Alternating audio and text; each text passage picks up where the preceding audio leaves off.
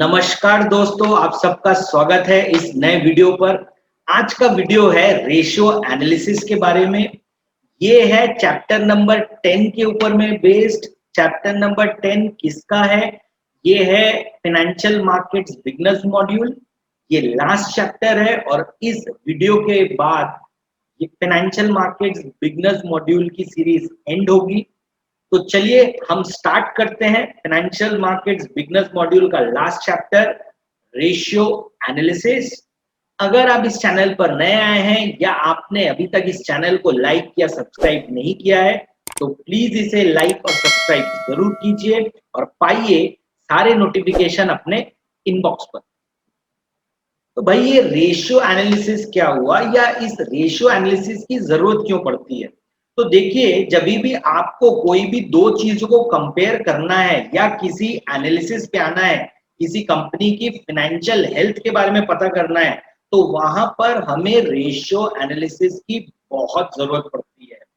अब आप कहेंगे कि भाई मेरे को रेशियो एनालिसिस करने की क्या जरूरत है? मैं एक सेल्स के नंबर उठा लेता हूँ, मैं उनके डेटर के नंबर उठा लेता हूँ, मैं उनकी लायबिलिटी उठा लेता हूँ, मैं उनके एसेट की वैल्यू उठा लेता हूँ, मैं ये सारी चीजें उठा लेता हूँ, तो मुझे तो एनालिसिस ऐसे ही हो जाएगा। तो आप यहाँ पर एक बड़ी भूल ये कर रहे हैं। आप ये सोच रहे हैं कि सेल्स 100 रुपए, 200 रुपए, 1000, 2000, 3000 रुपए की होती है। सेल्स के नंबर आपको कुछ इस तरीके से मिलेंगे 1 5 6 7 8 5 9 10 100 समथिंग समथिंग समथिंग। तो जैसे अभी आपको थोड़ा सा आपका दिमाग चकरा रहा होगा कि ये नंबर्स को मैं बोलूं कैसे, ये करोड़ में है, ये लैक्स में है, ये कैसे मैं इस नंबर को बोलूं? तो याद रखिए, एब्सोल्यूट नंबर्स इतने ही खतरनाक दिखते हैं या हम जब उसे पढ़ते हैं तो हमारे दिमाग में इतने ही खतरनाक वो साउंड करते हैं। तो याद रखिए इस चीज को कि जब भी आप रेशियो एनालिसिस का इस्तेमाल करेंगे तो यही कॉम्प्लेक्स चीजें एकदम रेशियो 1:2, 1:1.5, 1:0.8 इस तरीके से ये बहुत ही आसान नंबर्स के तौर पे आपके सामने में आएंगे और आप उनका मतलब निकाल पाएंगे। तो अगर आप स्कूल और कॉलेज के दिन अगर आप याद करते हैं तो आपको याद होगा, आपको नंबर्स एब्सोल्यूट में भी मिलते थे और आपको परसेंटेज भी मिलते थे। जब आप दो अलग अलग लोगों को कंपेयर करना चाहते हो, यानी जैसे मैंने 500 में से 300 नंबर लाए, यानी मेरे 60% आए। एक दूसरी स्कूल में एक दूसरा छात्र पढ़ता है जिसने 600 में से 300 लाए। तो अगर उसने 600 में से 300 लाए तो उसके नंबर्स तो मेरे बराबर है, बट परसेंटेज कितना है? परसेंटेज है 50%। तो जैसे परसेंटेज ने हमारा काम आसान कर दिया था कंपेयर करने में, ठीक उसी तरीके से रेशियो एनालिसिस हमारी मदद करता है कॉम्प्लेक्स नंबर्स को सिंप्लीफाई करने में, दो कंपनियों को एक साथ कंपेयर करने में, एसेट्स को लायबिलिटीज के साथ कंपेयर करने में। ऐसी बहुत सारी चीजें हैं जो आपस में कंपेयर करने में रेशियो एनालिसिस हमारी हेल्प करते हैं। रेशियो एनालिसिस को ब्रॉडर तौर पे तीन भागों में डिवाइड किया जाता है: लिक्विडिटी रेशियो, लिवरेज या कैपिटल स्ट्रक्चर रेशियो और प्रॉफिटेबिलिटी रेशियो। इसे हम वन बाय वन समझते हैं। तो सबसे पहले हम ये समझते हैं कि लिक्विडिटी रेशियो क्या होता है। तो जब हम बात करते हैं लिक्विडिटी रेशियो की तो जो सबसे पहला रेशियो आता है वो आता है करंट रेशियो। तो करंट रेशियो का मतलब ये होता है कि जो मेरी शॉर्ट टर्म लायबिलिटीज हैं उन्हें मीट करने के लिए क्या मेरे पास में सफिशिएंट शॉर्ट टर्म एसेट्स हैं। तो मेरी शॉर्ट टर्म लायबिलिटीज को हम कहते हैं करंट लायबिलिटी और शॉर्ट टर्म एसेट्स को हम कहेंगे करंट एसेट्स। तो न्यूमरेटर में इसका फॉर्मूला क्या होगा? Current assets divided by current liability. यानी अगर मेरी 100 रुपए की करंट लायबिलिटी है तो मेरे पास में उसे मीट करने के लिए कितने करंट एसेट्स हैं। अगर मेरे पास में 100 रुपए की लायबिलिटी के अगेंस्ट में 150 रुपए हैं, यानी मैं सफिशिएंटली कवर्ड हूं। लेकिन अगर मेरे पास में 100 रुपए की लायबिलिटी जो शॉर्ट टर्म लायबिलिटी है उसे मीट करने के लिए short term assets only 80 rupees के हैं, इसका मतलब मैं शॉर्ट पड़ूंगा अपनी करंट लायबिलिटीज को मीट करने में, जो कि एक अच्छी बात नहीं है।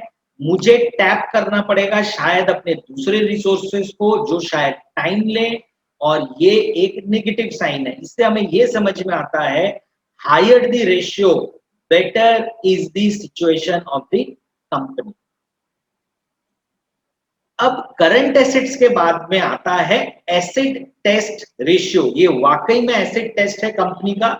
ये कंपनी का एसेट टेस्ट कैसे है? वो एसेट टेस्ट ऐसे है कि जब हम करंट एसेट्स की बात करते हैं तो कई बार आप देखेंगे कि उसमें इन्वेंट्रीज वगैरह को भी रखा जाता है। तो जरूरी नहीं है कि आप इन्वेंट्रीज को बहुत आसानी से निकाल दें। तो जब हम बात कर रहे हैं एक कंपनी की अपनी ऑब्लिगेशन यानी करंट लायबिलिटीज को मीट करने के लिए, तो सबसे पहले हमें एक नजर ये मार लेनी चाहिए कि क्या मेरे पास में ऐसे क्विक एसेट्स हैं जिन्हें मैं सेल करके तुरंत अपनी लायबिलिटीज को मीट कर सकूं। तो याद रखिए, अगर मेरी 100 रुपए की करंट लायबिलिटी है, अगर करंट एसेट्स में से मैंने इन्वेंट्रीज वगैरह को हटा दिया, उसके बाद में जो बचा है अगर वो 100 रुपए का हो यानी 1:1 रेशियो में भी हो, क्विक एसेट्स और करंट लायबिलिटी अगर 1:1 रेशियो में भी हो, तो भी वो मेरे लिए एक बेहतर सिचुएशन है, क्योंकि जब मैं करंट एसेट्स के तौर पे उसे देखूंगा तो 1:1 से ज्यादा ही होगा।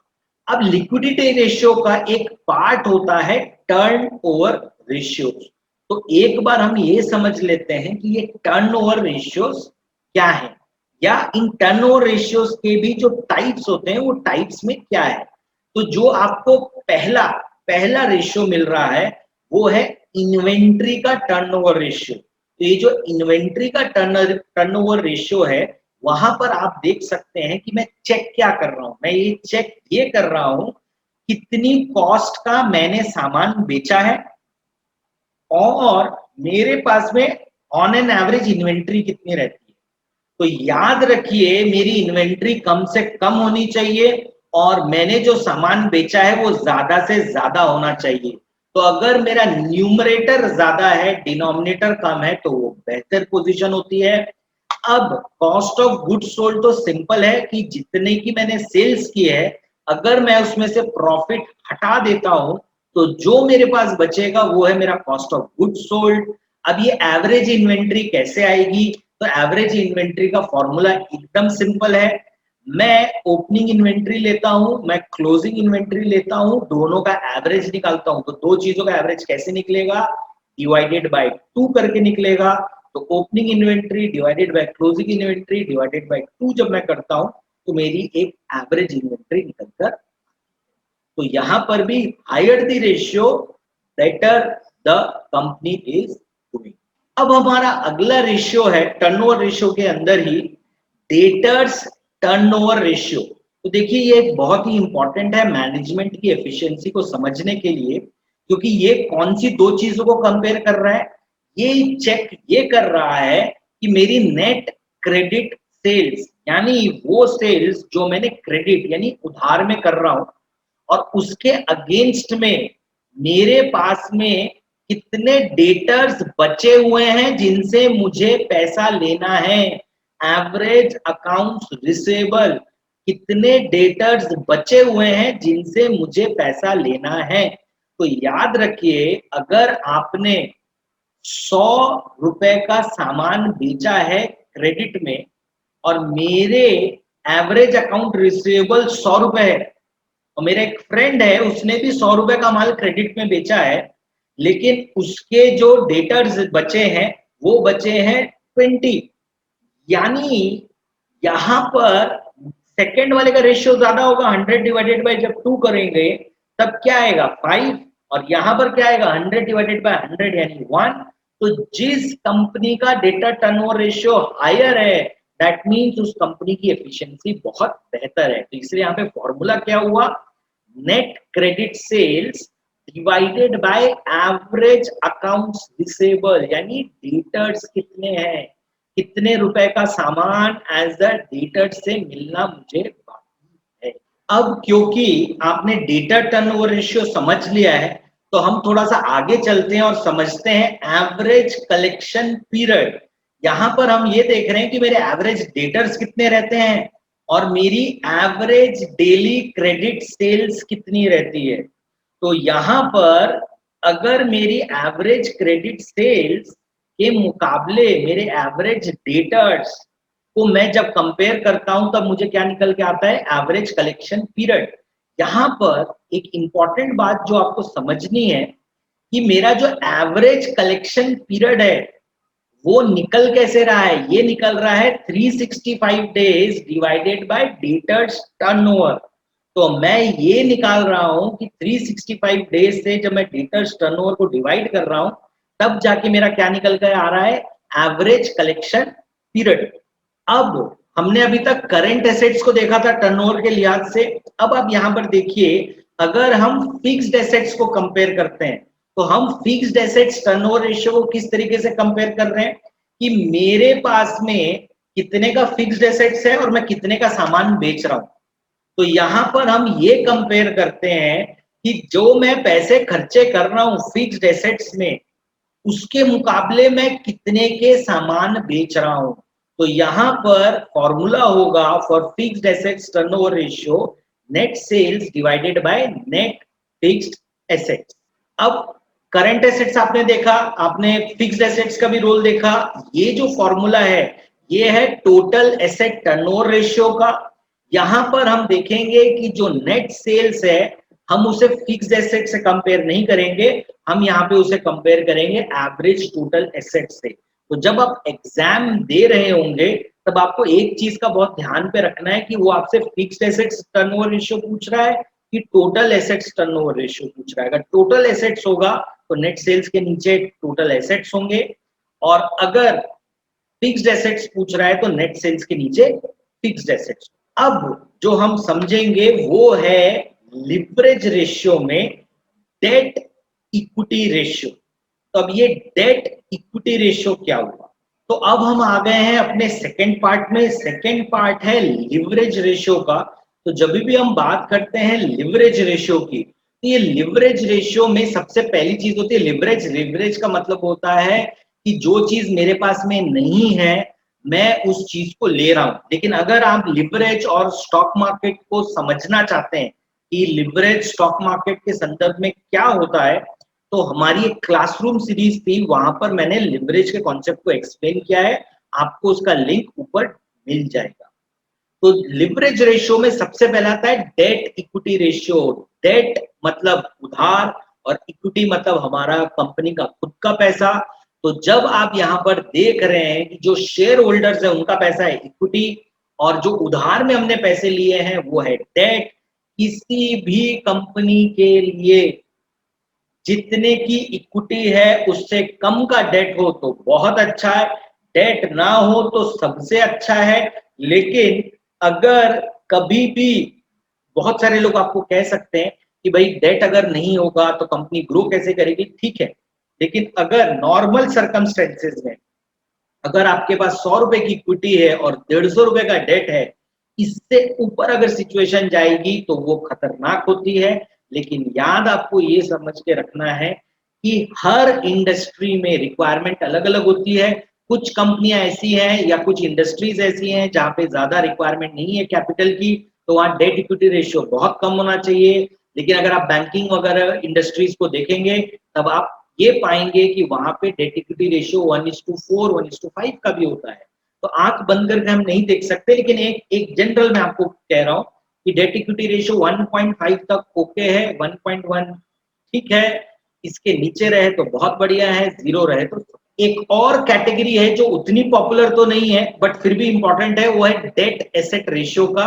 यहां पर मैं डेट को कंपेयर कर रहा हूं अपने टोटल एसेट से। एकदम सिंपल है, देखिए किसी भी व्यक्ति को अपना खुद का एनालिसिस ऐसे ही करना चाहिए, मेरे सर पर कितनी उधारी रखी हुई है और मेरे पास में एसेट्स कितने हैं कि अगर वक्त बेवक्त में सारे उधार वाले एक साथ खड़े हो जाएं तो क्या मैं एसेट बेचकर अपनी उधारी चुका सकता हूं कि नहीं चुका सकता। लिवरेज रेशियो का अगला रेशियो है इंटरेस्ट कवरेज रेशियो। तो जब हम बात करते हैं इंटरेस्ट कवरेज रेशियो की, तो ये एकदम सिंपल कॉन्सेप्ट है। जैसे मैंने आपको पहले कहा, अगर मैंने लोन लिया हुआ है तो मुझे लोन पे करना है। मैं लोन कैसे पे करूंगा, अपनी इनकम से पे करूंगा। तो हम यहाँ पर क्या चेक कर रहे हैं, जब मुझे लोन पे करना होगा तो मुझे उसका इंटरेस्ट पे करना है ना सबसे पहले। तो मेरे पास में इंटरेस्ट कितना पे करना बाकी है और मेरी इनकम कितनी है, तो ये एकदम कॉमन सेंस की बात है कि अगर मुझे इंटरेस्ट 100 रुपए का पे करना है तो मेरी इनकम 100 रुपए से ज्यादा की होनी चाहिए, क्योंकि जब मैं 120, 30, 50 या 200 रुपए कमाऊंगा, जब मैं इंटरेस्ट पे कर दूंगा, जो बचेगा उससे मैं अपने बाकी खर्चे करूंगा।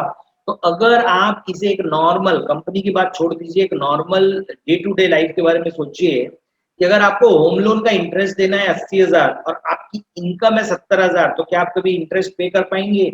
नहीं पे कर पाएंगे। अगर आपकी इनकम है 1.5 लाख, उसमें से आपने 80,000 रुपए पे किए, बाकी जो 70,000 बचे उससे आपका घर चलता है। तो याद रखिए, अर्निंग ज्यादा होनी चाहिए, earnings before interest and tax divided bye interest. तो अर्निंग्स आपकी ज्यादा होनी चाहिए, कंपैरेटिवली इंटरेस्ट उसका कम होना चाहिए। अब हम समझते हैं एक और रेशियो है जिसे कहा जाता है डेट सर्विस कवरेज ए रेशियो। तो ये जो डेट सर्विस कवरेज रेशियो है, ये मुझे बता क्या रहा है या इसका फॉर्मूला क्या है? तो इसका फॉर्मूला है, मेरा जो पैट है यानी प्रॉफिट आफ्टर टैक्स, उसमें मैंने डेप्रिसिएशन जोड़ा, उसमें मैंने नॉन कैश एक्सपेंडिचर जोड़े, मैंने अपने इंटरेस्ट ऑन टर्म लोन जोड़ा। तो ये जो अमाउंट है उसे मैं डिवाइड करूंगा interest on term loan plus repayment of term loan. अब हम आते हैं लास्ट पार्ट ऑफ रेशियोज के, जो कि है प्रॉफिटेबिलिटी रेशियोज, जो कि काफी पॉपुलर है, क्योंकि वेरी सिंपली ये आपको कंपनी के प्रॉफिटेबिलिटी मैट्रिक्स बताते हैं। तो यहां पर क्या हो रहा है, मेरा एक ग्रॉस प्रॉफिट रेशियो है, बहुत सिंपल है। याद रखिएगा, ये जो रेशियोज है ये परसेंटेज में शो किए जाते हैं। तो आप यहां पर क्या कर रहे हैं, नेट सेल्स को कंपेयर कर रहे हैं ग्रॉस प्रॉफिट से और उसे मल्टीप्लाई कर रहे हैं 100 से। तो ये रेशियोज की बजाय आपको परसेंटेज में दिखते हैं। अगर आपका ग्रॉस प्रॉफिटेबिलिटी रेशियो का फॉर्मूला था gross profit by net sales, तो नेट प्रॉफिटेबिलिटी रेशियो का फॉर्मूला क्या होगा? Net profit by net sales.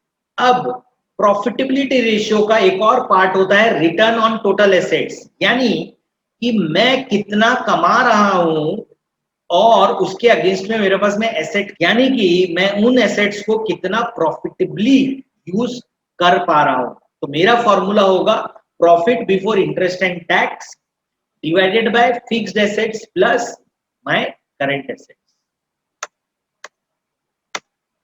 रोस यानी रिटर्न ऑन कैपिटल एम्प्लॉयड, ये बहुत ही इंपॉर्टेंट रेशियो है जब आप किसी कंपनी को समझते हैं, क्योंकि याद रखिए, आप जब किसी कंपनी में कोई कैपिटल एम्प्लॉय कर रहे हो तो क्यों कर रहे हो? क्योंकि आपको उससे प्रॉफिट होगा। तो अगर एक कंपनी है जो 100 रुपए लगाती है और 10 रुपए कमाती है, और एक दूसरी कंपनी है जो 100 रुपए लगाती है और 12 रुपए कमाती है, तो कौन सी कंपनी ज्यादा बेटर काम कर रही है? दूसरी कंपनी ज्यादा बेटर काम कर रही है, क्योंकि उसका प्रॉफिट मार्जिन ज्यादा है। जितने पैसे फंसाए गए उसके मुकाबले कितना मुझे प्रॉफिट हो रहा है। तो इसका फॉर्मूला होगा टोटल कैपिटल एम्प्लॉयड को मुझे कंपेयर करना है नेट प्रॉफिट आफ्टर टैक्स, तो जिसे मैं पैट भी बोल सकता हूं। तो net profit after tax divided by total capital employed मुझे ये दे देता है कि मेरा रिटर्न ऑन कैपिटल एम्प्लॉयड कितना है। अब जब हम बात कर रहे हैं कैपिटल एम्प्लॉयड की, तो कैपिटल एम्प्लॉयड क्या क्या है? Total fixed assets plus my current assets minus my current liabilities. इस चीज को आपको ध्यान पे रखना है कि कैपिटल एम्प्लॉयड का मतलब क्या होगा।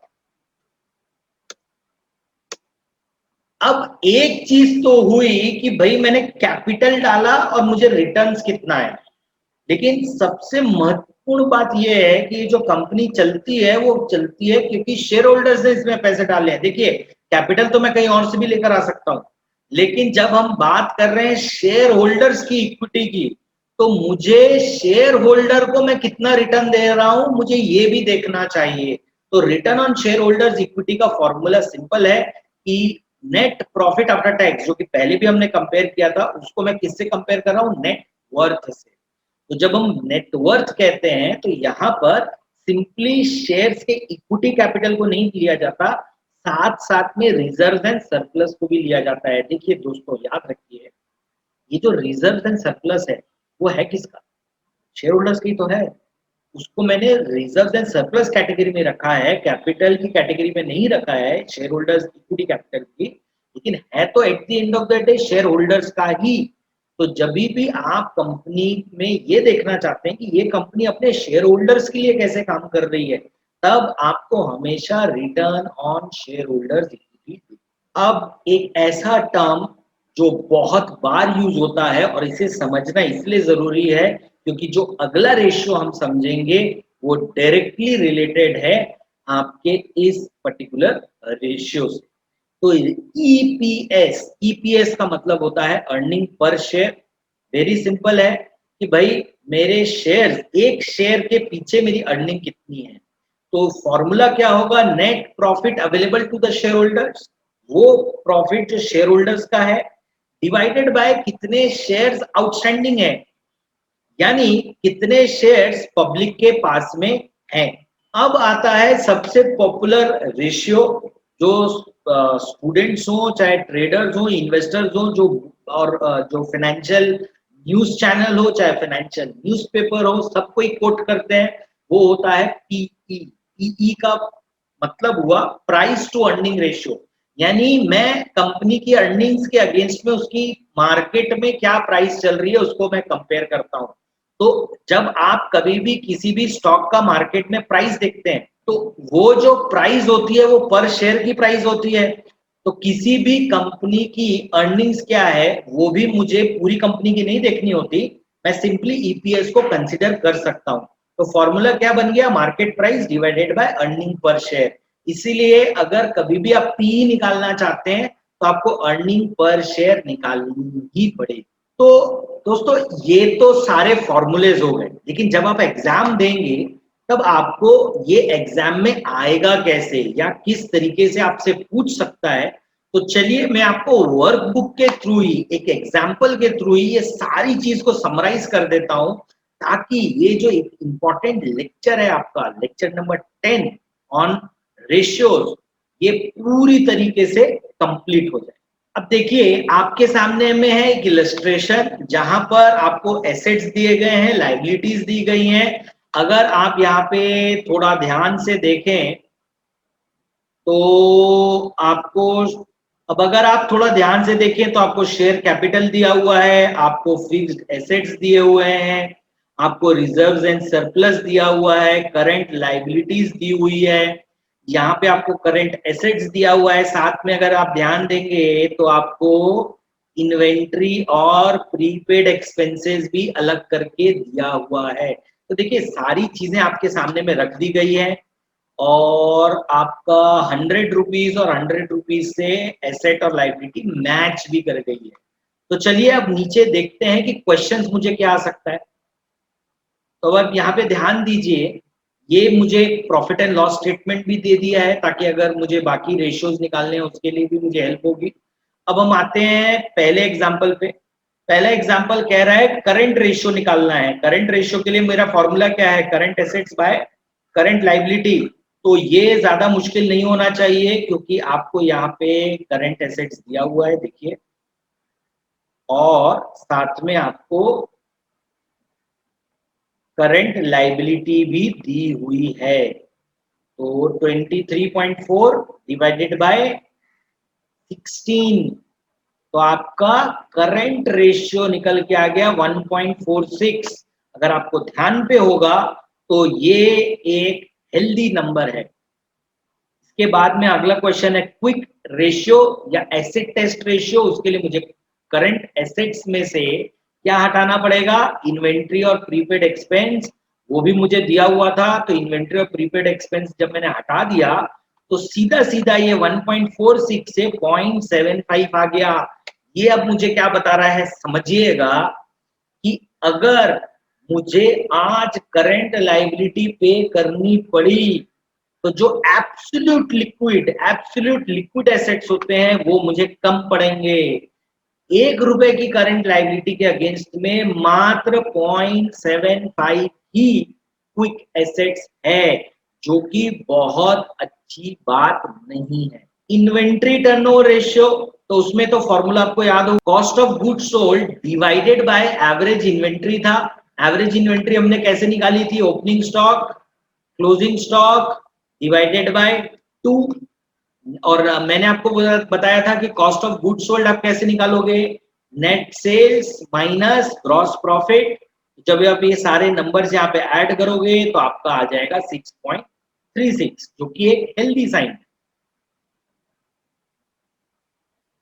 ठीक उसी तरीके से आप देख सकते हो data turnover ratio, average collection ratio, fixed assets turnover ratio, ये सारे रेशियोज में आप फॉर्मूले पुट करते हो और आपको यहाँ पे आता है। अब अगर आप देखेंगे डेट टू इक्विटी, क्योंकि ये इंपॉर्टेंट मैं आपको एक बार बोल देता हूँ, तो जब आप देख रहे हैं डेट टू इक्विटी, मेरा आंसर आ रहा है 1.21। इसका मतलब मेरी जितनी इक्विटी है उससे ज्यादा मेरा डेट है, जो कि ठीक बात नहीं है, लेकिन कंप्लीटली आउट ऑफ हैंड भी नहीं है। जब आप नेट प्रॉफिट देख रहे हैं, नेट प्रॉफिट, तो कंपनी की नेट सेल्स से का, का मात्र 8% ही मेरा प्रॉफिट है। तो यही फिगर अगर 10, 12, 15% होता है तो वो बहुत अच्छा होता है। अब आप जब देखते हैं return on share holders equity, तो ये कंपनी उसे 13.16% का रिटर्न दे रही है। तो याद रखिए, इक्विटी शेयर होल्डर रिस्क ले रहा है कंपनी में इन्वेस्ट करके और उसे रिटर्न आ रहा है 13.6। अगर वो किसी नॉर्मल सेफ इंस्ट्रूमेंट में इन्वेस्ट करता तो शायद उसे 6% का रिटर्न आता। ये जो एक्स्ट्रा रिटर्न के लिए ही वो ये रिस्क ले रहा है। लेकिन अगर एक दूसरी कंपनी है जो 18% का रिटर्न दे सकती है शेयर होल्डर्स की इक्विटी पे, तो कंपेरेटिवली वो कंपनी बहुत बेहतर परफॉर्म कर रही है। तो देखिए दोस्तों, ये था हमारा फिनेंशियल मार्केट्स बिजनेस मॉड्यूल एनसीएफएम की सीरीज का लास्ट वीडियो। मैंने सारे चैप्टर्स आपको वन बाय वन एक्सप्लेन कर दिए हैं। आप प्लेलिस्ट में या नीचे डिस्क्रिप्शन पे जाकर देख सकते हैं। अभी भी अगर आपको किसी हेल्प की जरूरत है और आपको ये लगता है कि किसी पर्टिकुलर टॉपिक पे आपको एक वीडियो एक्सप्लेनेशन चाहिए, तो आप फ्रीली कमेंट बॉक्स पर लिखकर मुझे बताइए कि आपको किस टॉपिक पर वीडियो चाहिए। और या अगर आप ये चाहते हैं कि मैं इसका एक मॉक टेस्ट वीडियो बनाकर आपको दूं, तो कमेंट बॉक्स पर यस टाइप कीजिएगा। मुझे समझ में आ जाएगा कि आपको इस टॉपिक का मॉक टेस्ट चाहिए। तो याद रखिए, अगर आपको कोई एक्सप्लेनेटरी वीडियो चाहिए तो आप स्पेसिफाई कीजिए, अगर आपको मॉक टेस्ट का वीडियो चाहिए तो यस टाइप